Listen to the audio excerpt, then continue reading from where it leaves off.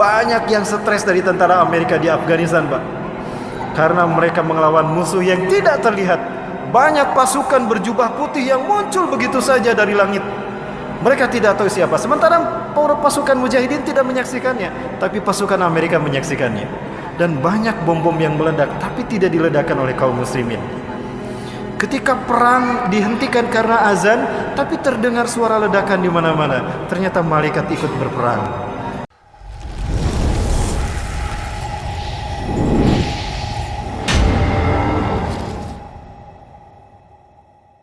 Rasulullah SAW pernah menyebutkan begini, yakhruju min Khurasan rayatun sudun la yarudduha syai'un hatta tunsaba bi Iliya.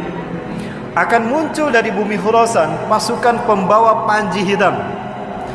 Tidak ada satupun kekuatan di muka bumi yang bisa mengalahkannya, sampai mereka akan mengibarkan panji hitam itu di bumi Iliya, Al-Quds, Al-Aqsa.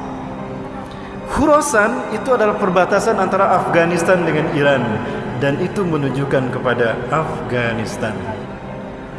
Kami sepakat jika pasukan para pembawa panji hitam itu adalah Taliban, Pak. Saya yakin itu Taliban. Karena Taliban lah sekarang yang berkuasa di Afghanistan dan berhasil memukul mundur kekuatan adidaya baik Rusia ataupun Amerika. Di bawah kepemimpinan Boris Yeltsin, Rusia dipermalukan oleh Taliban. Sampai habis pasukan Rusia di Afghanistan. Maka Islam kembali berkibar hingga dibayatlah Mullah Umar sebagai khalifah. Usama bin Laden ada di sana tahun 97, Pak. Kemudian Amerika mencoba menguji keberuntungannya. Sama, banyak yang stres dari tentara Amerika di Afghanistan, Pak.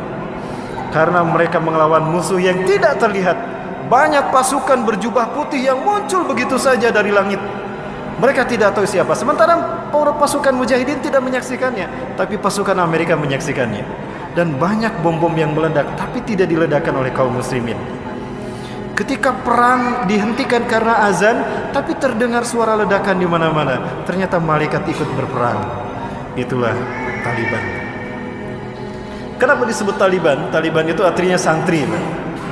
Dan kenapa mereka dipercaya? Karena mereka menciptakan keamanan di wilayah Afghanistan pasca rejim Hamid Karzai tumbang.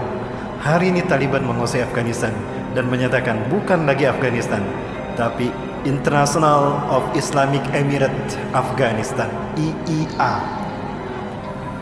Ya, itu nama Afghanistan hari ini. Saya yakin Taliban itulah pasukan panji hitam. Nah, itu pasukan yang pertama dari 3 pasukan yang akan memimpin pembebasan dunia. Pasukan yang kedua adalah Ahlu Syam. Syam adalah Palestina dan Suriah. Nanti kita bahas pada maghrib.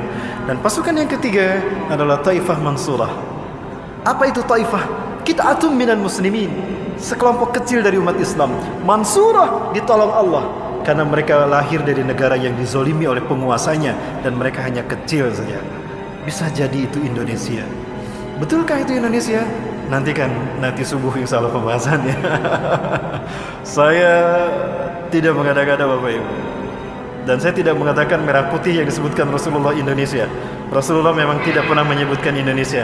Tapi demi Allah, Rasulullah dalam Sahih Muslim menyebutkan merah dan putih. Saya tanyakan kepada ulama-ulama Palestina langsung di Masjidil Aqsa, Pak. Dan apa jawaban mereka? Nantikan subuh nanti saya bahas. Nantikan jawabannya. Dan kita lihat Agustusan di Palestina, di Gaza. Mereka mengibarkan bendera kita dan mereka mengumandangkan lagu Indonesia Raya. Di saat mengibarkan bendera merah putih, bendera mereka belum mereka kibarkan. Kenapa mereka tidak mengibarkan bendera mereka lebih dahulu? Mereka mengatakan, bendera kami masih dijajah, rakyat negara kami masih dijajah. Maka kami kibarkan dulu bendera kalian sebagai isyarat jika kalian merdeka memimpin dunia. Di saat itulah Palestina merdeka untuk selamanya. Allahu Akbar. Barangkali itu Bapak Ibu sekalian. Nah, inilah materi yang akan kita bahas nanti, ya, setelah pada maghrib dan pada subuh insyaallah. Materi kita berlanjut Bapak Ibu. Oh, ada satu lagi yang bertanya? Oh iya, mangga Pak, silakan. Apakah hubungan antara kepala kita Dengan negara mana Pak? Teluk. Oh, negara-negara di Teluk. Contohnya mana Pak? Contohnya sebutkan.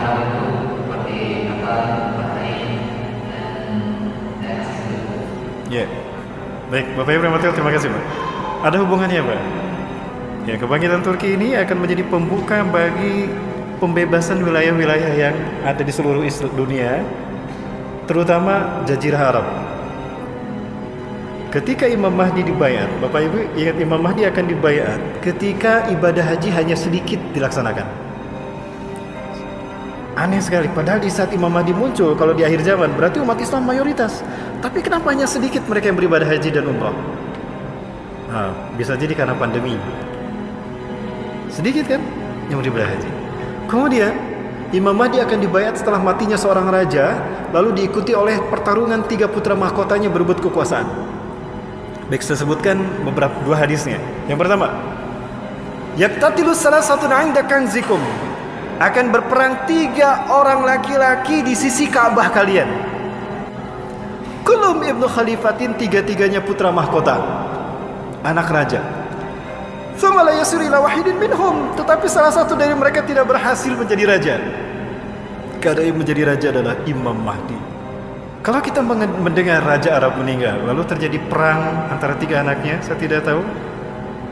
Perkiraan saya apakah antara Muhammad bin Salman, Muhammad bin Nayef dan Khalid bin Farhan, atau antara Muhammad bin Salman, Muhammad bin Nayef dan Al-Walid bin Talal. 3 orang ini adalah putra mahkota. Dan Raja Salman sudah diberitakan sakit-sakitan, ada isu meninggal dunia. Apakah ini isyarat Imam Mahdi akan segera dibaiat di musim haji? Wallahu a'lam. Yang saya tahu, beliau dibaiat pasca ibadah haji. Dan hanya sedikit yang berbaiat. Dan ketika beliau berbaiat, apa yang akan terjadi? Rasulullah menyatakan, perang akan terjadi karena akan ada pasukan yang memerangi Imam Mahdi. Di satu kali Imam Mahdi menyelamatkan diri.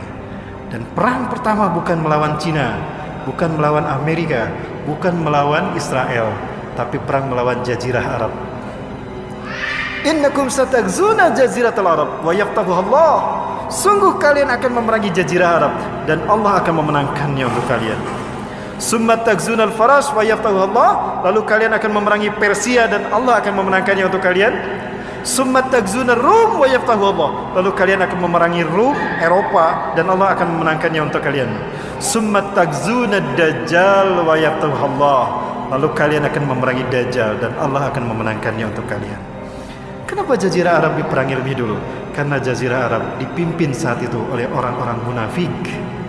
Termasuk wilayah Teluk itu dipimpin orang-orang munafik. Maka beberapa negara di Teluk ini akan menjadi titik yang akan memberikan suntikan kekuatan umat Islam di bawah kepemimpinan Imam Mahdi. Sebut saja Qatar. Qatar adalah satu negara di Arab yang memberikan suplai besar kepada para mujahidin, termasuk Al-Qaeda. Kalau Inggris menjadi suaka politik bagi pemimpin yang memerangi Islam dan aliran sesat, maka Qatar adalah suaka politik bagi pejuang-pejuang Islam di seluruh dunia hari ini.